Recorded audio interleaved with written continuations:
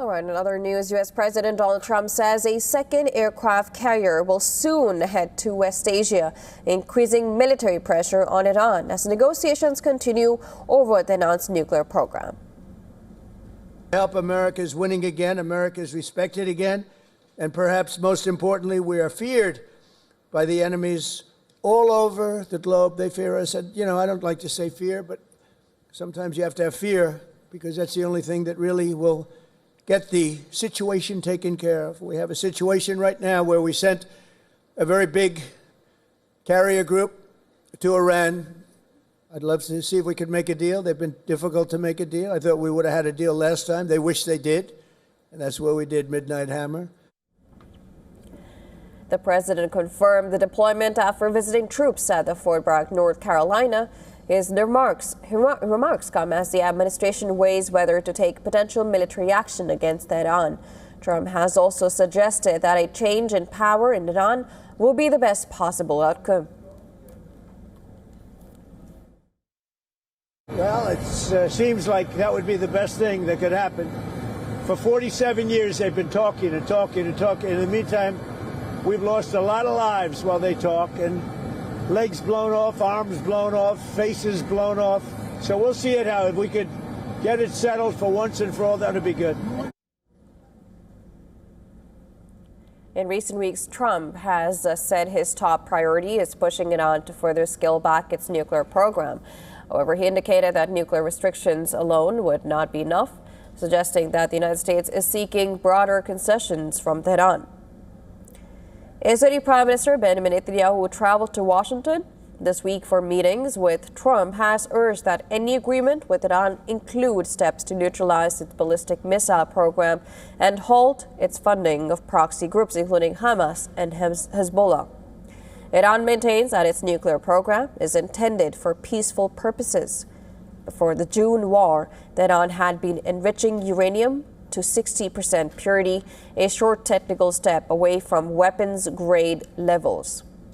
In a related development, the head of the United Nations nuclear watchdog says reaching an agreement with Iran on inspections of its nuclear processing facilities is possible, but extremely difficult. International Atomic Energy Agency Director General Rafael Grossi told the Munich Security Conference that inspectors returned to Iran after attacks by Israel and U.S. forces last year, but have not yet been able to access any of the sites that were targeted.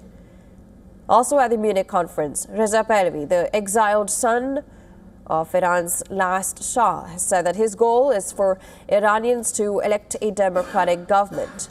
Pahlavi said he has no personal ambitions for power.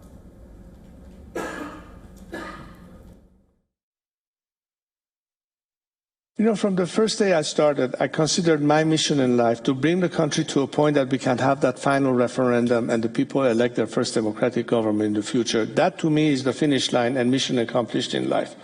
I don't have any personal ambition. I'm not seeking power. I don't want to have a crown on my head or a title.